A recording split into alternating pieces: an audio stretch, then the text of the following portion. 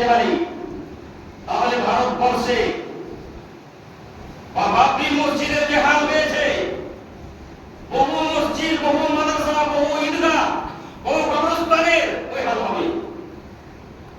আর আরবপতি লোকেদের কাছে চক্রান্ত করে এই জমিগুলোকে হস্তান্তর করা হবে। কারণ এই পুরো আর্টিকেলগুলোকে যদি পড়েন, বুঝেন, তাহলে দেখা যাবে জেলা কালেক্টর, ডিসি বা এর নিচের যে অফিসাররা আছে, এদেরকে এতটা অধিকার দিয়ে দেওয়া হবে যে এরা এর যাচের নাম করে এই জমির 12টা বাজিয়ে দেবে। সেই দিন কিন্তু যদি কান্না কাঁদেন, সেদিন কিন্তু কোনো উপায় থাকবে না। এই জন্য ভারতবর্ষের কোটি কোটি মানুষ রাস্তায় নেমে এই বিলের বিরুদ্ধে আন্দোলন করে তুলেছে। এর মানে হচ্ছে যে মুসলমানদের পায়ের তলার জমি দেখো ছিনিয়ে নেওয়ার জন্য চক্রান্ত হচ্ছে, কিন্তু আপনারা আমরা কিছুই জানি না। প্রিয় ভাই সকল, আপনাকে আমাকে আমাদের এই দেশের মাটিতে ইজ্জত এবং সম্মানের সাথে বসবাস করতে হবে। ইজ্জত এবং সম্মানের সাথে যদি বসবাস করতে হয়, তাহলে এই দেশের মাটিতে আপনার হক কত, আপনার অধিকার কি, প্রত্যেকটা অধিকারকে পাই পাই বুঝিয়ে নিতে হবে। আর এটা বুঝাবার জন্য লোকের পিছনে ছুটে বেড়াতে হবে না। নিজেকে পাওয়ারফুল এবং ঐক্যবদ্ধ জাতি হিসাবে গড়ে তুলতে হবে। অন্যের প্রতি ভরসা করে ভাববেন তারা আপনাকে আপনার অধিকার দিয়ে দেবে, এটা কখনোই সম্ভব নয়। জুমার খুতবায় এই বিষয়টাকে এই জন্য আলোচনা করছি, কারণ এই ওয়াকফের জমির সাথে সম্পর্ক আছে মসজিদের, মাদ্রাসার, ইসলামের।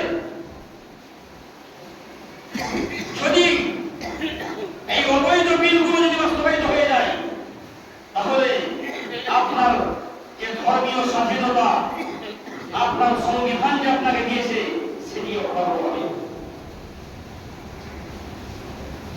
এই জন্য ধীরে ধীরে আপনার পায়ের নিচের জমি কেড়ে নেওয়ার জন্য এক কৌশল এবং এক চক্রান্ত চলছে।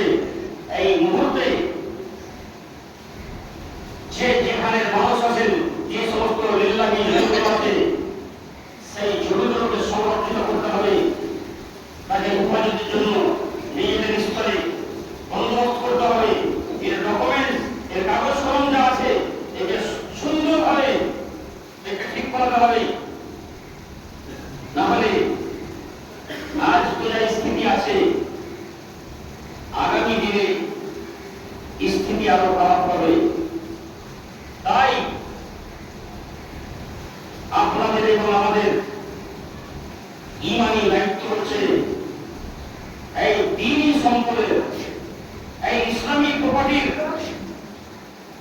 আমরা যদি হেফাজত করতে না পারি, তাহলে আমাদের যে নেক্সট জেনারেশন আসছে, তাদের কপালে কিন্তু দুঃখের দিন আসছে। আমাদের পার্শ্ববর্তী রাজ্য পশ্চিমবাংলায় লক্ষাধিক সম্পত্তি আছে, যা আজকের দিনে প্রচুর তার দাম, প্রচুর তার মার্কেট ভ্যালু। আমি আমার আলোচনাতে যে কথাগুলো আপনাদের সামনে রাখার চেষ্টা করছি, সেটি হচ্ছে এই আল্লাহ রাব্বুল আলামিন যে সকান্তের কথা বলেছেন, এরকম নয় আমাদের ভিটে মাটি কেড়ে নিয়ে, আমাদের মসজিদ মাদ্রাসা কেড়ে নিয়ে, আমাদের ওয়াকফ এবং লিল্লাহি জমিকে ছিনিয়ে নিয়ে কালকে আমাদেরকে ইয়াতীম এবং অসহায় বানানো হবে। এরকম এক কৌশল, এরকম এক ষড়যন্ত্র চলছে না। সেই হিসেবে আমাদেরকে একটু সজাগ থাকতে হবে এবং নিজেদের এই প্রপার্টিগুলোকে রক্ষার প্রথম স্টেপ হচ্ছে আল্লাহর ঘর মসজিদ, এই মসজিদকে আবাদ করা। কারণ দেশ ভাগের পরে বহু পাকিস্তানে চলে যাই। এমন হয়েছে মসজিদ বিরাম করে দিয়েছে, সেই জায়গায় গরু গাধা কুকুর শুয়োর মারা হয়েছে। সেই মসজিদ মাদ্রাসাগুলোকে আমরা বলে করতে পারিনি।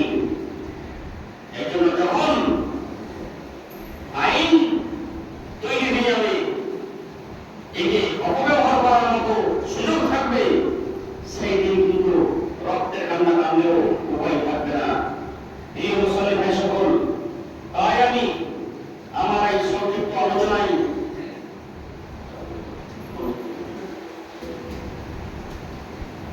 আমাদের সকলের দায়িত্ব যে আমাদের সামনে যে কঠিন দিন আসছে, সেই দিনকে সামনে রেখে কয়েকটি কাজ আমাদের করতে হবে।